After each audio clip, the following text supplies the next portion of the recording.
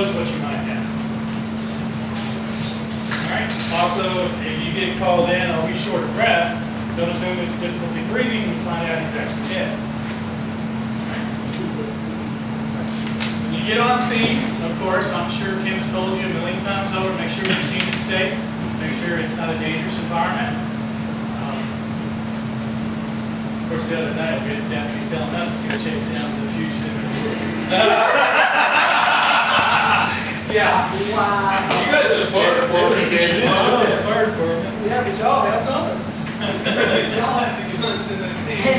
Like hand dust, and we'll go. I think they enjoyed that. So when you get on scene, you want to make sure that your scene is safe. You want to take infectious precautions because you're going to be dealing with body fluids, blood, mucus. These things can be infectious, and you certainly don't want to come down with anything. You don't want to bring home anything. So make sure you put on gloves. Question, when you're doing compression, what about the gurgling sound?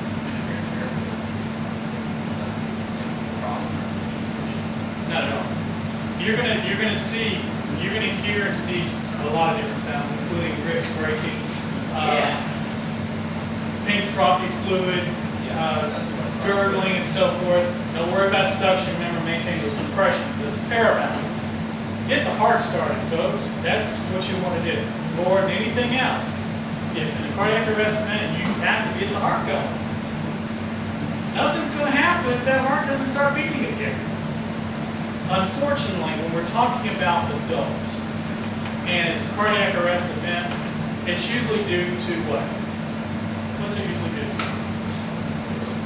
Well, that's all secondary. What is the primary reason? Heart attack. Who said that? Heart attack. I mean, 9 out of 10 times it's a cardiac arrest in an adult, and who's it going to be? Let's see if y'all get this correct. An old person, male or female? Male. Y'all are all wrong. Y'all are all wrong. It actually happens slightly more with females. You know why? 2 reasons. One, they present with atypical symptoms, and they don't recognize that they're having a heart attack. Number 2, women live longer than men, folks. So there's going to statistically be a higher chance of them having a heart attack.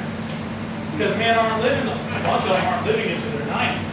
So a lot of women are, and I'm telling you, once you hit 65 on up, the statistical chance of getting a heart attack just keeps on going up. So that's why it's actually like a 60% more occurrence with heart attacks in females.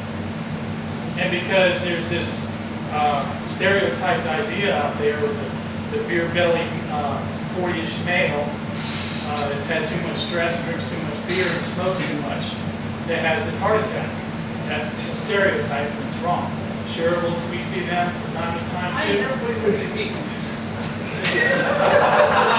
Okay, give him another 10 years, and he and I are probably going to be that stereotypical heart attack victim, right? Okay, but that's simply not. That's not. So keep that in mind. It's not necessary. Don't assume just because it's a woman. Same thing with that before is on the same All you can see with a woman is no chest pain. They'll tell you they're having epigastric discomfort. And jaw pain. They'll have jaw pain. What are other symptoms of heart attack? Back pain. Back pain. Yeah, that's very classical. Though you're not necessarily going to see that with a woman. Cool, clammy, and diaphoretic. If you didn't know, diaphoresis means cold sweat. Alright? And big old fact that I work into, having in the hot sun, you feel he's just pouring out sweat, it's cold. That's a morbid sign, believe it or not. Diaphoresis is bad. Okay? So it is a bad cardinal sign. If you feel that, any person we get out there, assume the works, just for conservation purposes, clinically. Yeah, it can be a lot of things because it's a stress response. It's a sympathetic response. I know this is getting into some stuff that a lot of people may not understand when we're talking about the nervous system. There's a sympathetic nervous system and there's a parasympathetic nervous system. Okay? Sympathetic nervous system is just simply, anybody know? Somebody on reaction. There you go, just felt your sympathetic nervous system.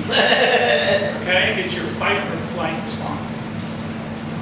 Right before you get into an accident, you ought to know, right before you, when the truck went off into the ditch, you saw that big pine tree coming at you, sympathetic nervous system, what happened? Everything closed in, you got tunnel vision. Yeah, that's your animal, your very primitive brain. Okay, kicking in, it's your reptilian brain. Right? It's kicking in to save your life. It's trying to just focus on the danger. Now, in the human world, that can be kind of dangerous because we have a very complex, sophisticated world.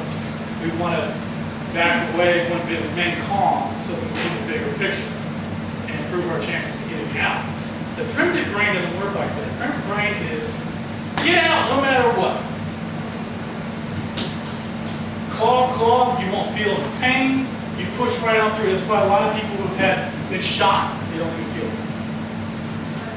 People who have been in a terrible car crash right afterwards, you're not feeling any pain because you're panicked. Your adrenaline is being released into your blood from your kidneys, from your adrenal glands. Okay? That's the sympathetic nervous system. Parasympathetic nervous system is just eat a big dinner, I'm getting tired, it's late at night, you go to bed, feeling kind of lethargic, fatigued, sleepy, so your heart slows down, your breathing slows. That's your parasympathetic. So when they're diaphoretic, clanging, that's their sympathetic. That's the body saying in a very indirect way to everybody else, announcing, hey, something's very wrong, I'm in a crisis. Keep it, if you see that, it's bad. So you got jaw pain, back pain, chest pain. What's the chest pain described as? Typically, it's stereotypical. What you use this? Crushing. Like an elephant sitting on the chest. That's, you hear someone saying that, you have a heart attack. Squeezing. Squeezing. What else? Stabbing. Tightening up. Tightening up. You should know about it. Wait, here's one that you hear all the time. It's like heartburn. Could be heartburn. Could be a heart attack, too. Okay, if you have heartburn and they're claiming diaphoretic and they're short of breath, the blood pressure is shitty. It's not doing well.